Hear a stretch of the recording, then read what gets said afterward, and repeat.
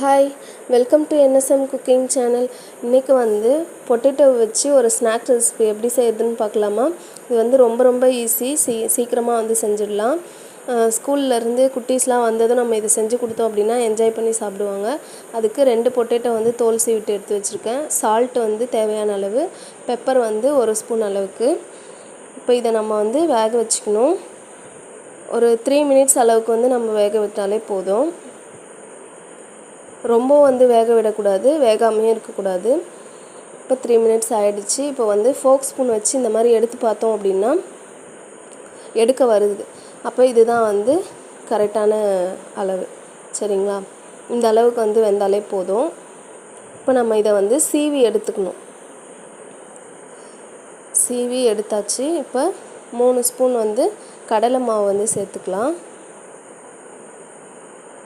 சேர்த்துட்டு தேவையான அளவு வந்து சால்ட்டு ஒரு 1/2 ஸ்பூன் அளவுக்கு வந்து சேர்த்துக்கிறேன். இதுவே கரெக்டாக இருக்கும் 2 பொட்டேட்டோக்கு. 1 ஸ்பூன் அளவுக்கு பெப்பர் பவுடர், அவ்வளோதான். இப்போ நம்ம இதை வந்து நல்லா கலந்து விட்டுக்கணும். இது வந்து ரொம்ப ஈஸி, ஒரு 5 மினிட்ஸ்லேயே வந்து செஞ்சிடலாம் இது. இப்போ வந்து ஒரு பேனில் ஆயில் வந்து சூடு பண்ணிக்கணும்.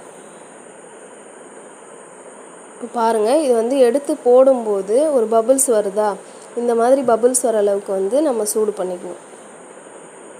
இப்போ இதை கொஞ்சம் கொஞ்சமாக வந்து நம்ம எடுத்து அதில் போட்டுடணும்.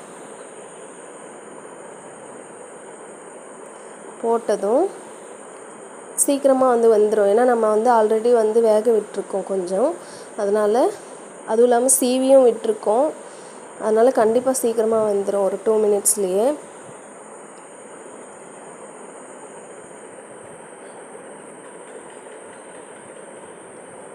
நல்லா வந்து ப்ரௌன் கலரில் ஆகிடுச்சு பாருங்கள்.